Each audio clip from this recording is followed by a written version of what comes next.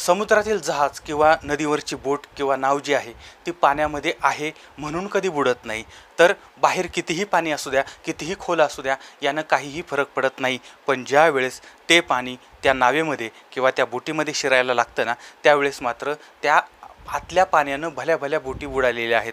आणि संसाराचं सुद्धा असंच आहे बरं का. म्हणजे बाहेर कितीही संकट असू द्या, कितीही त्रास असू द्या, कितीही प्रॉब्लेम असू द्या, जोपर्यंत माणसाच्या पाठीमागे त्याचा परिवार आहे, त्याच्याबरोबर त्याचा परिवार आहे, तोपर्यंत ही व्यक्ती जगात सगळ्या जगाबरोबर ती लढू शकते.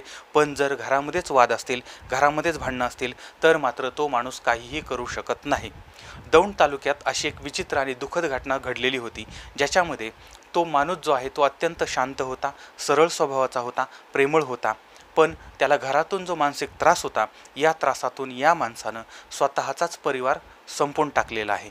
म्हणजे सगळ्यांचं मन हेलावणारी आणि काळजामध्ये घर करणारी अशी ही दुर्दैवी घटना आज आपण बघणार आहोत.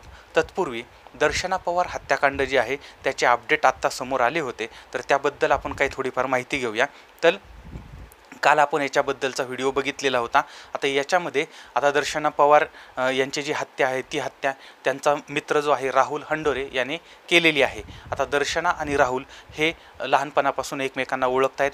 दर्शनाच्या मामाचं घर आणि राहुलचं घर हे अगदी जवळजवळ आहे आणि दोघेही म्हणजे दर्शना आणि राहुल दोघंही स्पर्धा परीक्षेचा अभ्यास करत होते. राहुल जो आहे तो पुण्यामध्ये फूड डिलिव्हरी सर्व्हिसचं काम करून तो अभ्यास करत होता. आता स्पर्धा परीक्षेमध्ये दर्शना यांना घवघवीत यश मिळालेलं होतं, तर राहुल मात्र अपयशी ठरला होता. आता यांच्यामध्ये मैत्री होते आणि राहुलला दर्शनाबरोबर ती लग्न करायचं होतं. पण आता तिच्या घरच्यांनी तिच्या लग्नाची तयारी चालू केलेली होती आणि दर्शनाने सुद्धा राहुलबरोबर ती लग्न करायला नकार दिला होता आणि याचा राग त्या राहुलच्या मनामध्ये होता. आता त्यानं आपण शेवटचं भेटूया, शेवटचं बोलूया असं म्हणून मग ते राजगडाच्या तिकडं ट्रेकिंगला गेलेले होते. पण या ठिकाणी या राहुलनं तिचा घात केला, बेसावत क्षणी तिच्यावरती हल्ला केला, दगडानं तिला जखमी केलं आणि पोस्टमॉर्टममध्ये धारदार शस्त्राच्या खुणा आढळलेल्या आहेत असं माध्यमातून समोर आलेलं होतं. आणि म्हणजेच कदाचित यानं त्या हत्येच्या उद्देशानंच त्या ठिकाणी नेलं आणि बरोबर काय हत्यार वगैरे असण्याची पण शक्यता आहे. आता म्हणजे सकाळी साधारण 8:30च्या सुमारास हे दोघंही टू व्हीलरवरती राजगडच्या पायथ्याशी आले आणि साधारणपणे 11:45 म्हणजे 10:46 सुमारास राहुल जो आहे तो माघारी आला होता. त्या ठिकाणचं एक हॉटेल होतं, त्या हॉटेलचं जे CCTV होतं त्याच्यामध्ये तो माघारी येताना दिसत होता. आता याचा अर्थ ही जी हत्या आहे ती हत्या या 2-2.5 तासामध्ये झालेली होती. आता याच्यानंतर हा राहुल फरार झाला आणि अनेक राज्यामध्ये तो ट्रेननं फिरत होता. 21 जुलैच्या रात्री तो मुंबईतलं अंधेरी रेल्वे स्टेशन आहे या ठिकाणी पोलिसांनी त्याला सापळा रचला आणि ताब्यात घेतलं होतं. नंतर आता त्याची चौकशी चालू झालेली आहे. आता या चौकशीमधून अजून काही नवीन माहिती समोर येऊ शकते. आत्तापर्यंत जे समोर आलं ते फक्त मी तुमच्यासमोर मांडलेलं आहे आणि वेळोवेळी जे काय अपडेट असेल ते आपण पाहूच. तर आता आपण आजच्या घटनेकडे वळूया. पुणे जिल्हा आहे, त्या ठिकाणचा दौंड तालुका आहे, त्या ठिकाणचं वरवंड आहे, त्या ठिकाणचं गंगासागर पार्क आहे आणि तिथला रूम नंबर आहे 201.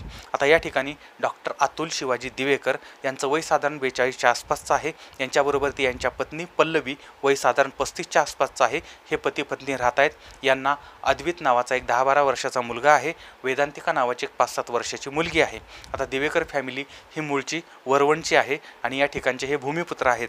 म्हणजे राजकारणापासून समाजकारणापर्यंत सगळीकडे दिवेकर परिवाराचा सहभाग असतो आणि अशा या दिवेकर परिवारातला हा एक परिवार आहे आणि हा डॉक्टरांचा परिवार आहे. हे अतुल जे आहेत ते पशुवैद्यक डॉक्टर होते आणि त्यांच्या पत्नी पल्लवी या शाळेमध्ये शिक्षिका होत्या.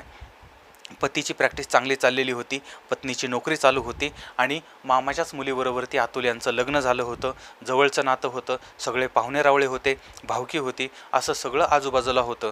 पण पाण्यामध्ये राहूनसुद्धा कोरडं राहणं आणि गुंत्यामध्ये गुंतूनसुद्धा पाय मोकळं राहणं, त्याप्रमाणे या सगळ्यांमध्ये सुद्धा म्हणजे एवढा सगळा गोतावळा होता तरीसुद्धा अतुल यांच्यात एकटेपणा होता.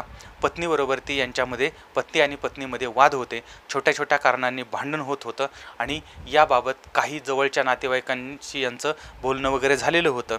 पण ज्या पद्धतीनं समजून घ्यायला पाहिजे होतं त्या पद्धतीनं ते झालेलं नाही आहे. कारण जर हे समजून घेणं झालं असतं तर कदाचित ही घटनाच घडली नसती. तारीख आहे 20 जून 2023, वार होता मंगळवार. आता या दिवशी दिवेकर यांच्या घराचा दरवाजा जो आहे तो आतून बंद होता. आता ते कोणाचे फोन उचलत नव्हते आणि कोणी कॉन्टॅक्ट केला तर त्यांच्याशी संपर्कसुद्धा होत नव्हता आणि आतून दरवाजा बंद होता. आता हे शेजाऱ्या पाजाऱ्यांनी पाहिलं आहे आणि रोज मुलांची गडबड असते, कामावर जाणं, शाळेत जाणं, येणं वगैरे वगैरे ह्या सगळ्या गोष्टी असतात. पण आज मात्र तसं काही नव्हतं. शेजाऱ्या पाजाऱ्यांना शंका आली आणि त्यांनी घराची बेल वाजवली, दरवाजा वाजवला, आवाज दिला, पण काही प्रतिसाद मिळाला नाही. आणि याच्यानंतर मग गावचे पोलीस पाटील किंवा इतर मान्यवर मंडळी जे आहेत त्यांना बोलवण्यात आलं आणि मग त्यांनीसुद्धा प्रयत्न केले, पण आतून काही प्रतिसाद मिळाला नाही. त्यानंतर यवत पोलिसांना कळवण्यात आलेलं आहे. आता ही माहिती मिळताच यवत पोलीस जे आहेत ते काही वेळातच त्या ठिकाणी पोहोचले. दरवाजा बंद होता, तो दरवाजा तोडण्यात आला. आतमध्ये सगळे गेले. पाहिलं तर आतमध्ये पत्नीचा मृतदेह हॉलमध्ये पडलेला होता आणि तिची गळावळून हत्या झालेली असावी असं प्रथमदर्शनी वाटत होतं. आणि आतल्या रूममध्ये पती अतुल जे आहेत त्यांनी गळफास घेऊन आत्महत्या केलेली होती. आता घरामध्ये पती आणि पत्नीचे मृतदेह होते, पण त्यांची दोनही मुलं गायब झालेली होती. आता त्या 2 मुलांचा शोध सुरू झालेला होता. आता ही बातमी सगळ्या परिसरामध्ये पोहोचली होती, मीडियामध्ये पोहोचली होती आणि सगळीकडे गदारोळ सुरू झालेला होता. आता याचवेळी त्या घराची पोलिसांनी झडती घेतली आणि पोलिसांना एक सुसाईड नोट सापडलेली होती. याच्यामध्ये घरगुती वाद, पत्नीचा त्रास या सगळ्याला वैतागून आपण हे पाऊल उचललंय अशा आशयाचं ते पत्र होतं. याच्यामध्ये मुलांना त्यांनी जवळच्याच विहिरीमध्ये टाकलेलं आहे असं नमूद केलेलं होतं आणि माझ्या आईला सांभाळा आणि माझ्या मृत्यूला किंवा आमच्या मृत्यूला दुसरं कोणीही जबाबदार नाही असं सुद्धा त्याच्यामध्ये लिहिलेलं माध्यमातून समोर आलेलं होतं. आता या पत्रामध्ये मरतानासुद्धा ते आपल्या आईची काळजी करत होते आणि आपल्यानंतर कोणाला त्रास होऊ नये याचीसुद्धा यामध्ये दक्षता घेतलेली होती. आता ज्यावेळेस लहान मुलांना विहिरीत टाकलं हे समोर आलं, त्यानंतर ती जी विहीर होती जे याच्यामध्ये वर्णन होतं, तर त्या विहिरीपर्यंत लोक पोहोचलेली आहेत. त्या विहिरीमध्ये शोध सुरू झाला, पण ही विहीर 10-11 परस खोल होती आणि 45 फूट पाणी याच्यामध्ये होतं.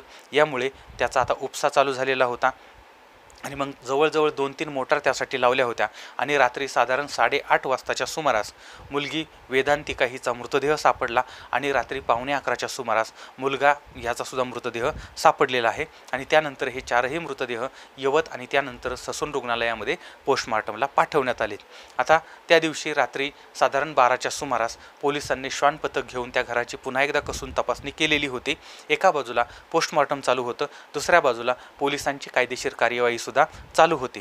आता या भागातलं वातावरण अत्यंत गंभीर आणि भावनिक बनलेलं होतं. दुसऱ्या दिवशी बुधवारी रात्री साधारण 9:30च्या सुमारास या संपूर्ण परिवारावरती त्या ठिकाणी अंत्यसंस्कार करण्यात आले.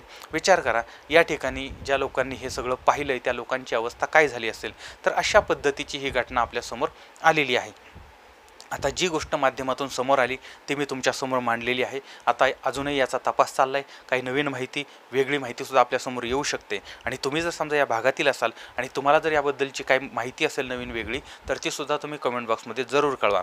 आता या प्रकरणामधून आपल्याला धडा काय मिळतो हे म्हणजे ह्याच्यावरती काय बोलावं ते सुचत नाही आहे. या घटना का घडतात, तर याबद्दलचं तुमचं मत काय, कारण ह्याच्यावरती विचारमंथन झालं पाहिजे आणि भविष्यात असं घडू नये यासाठी आपण काय सावधगिरी बाळगली पाहिजे याबद्दल कमेंट बॉक्समध्ये जरूर कळवा.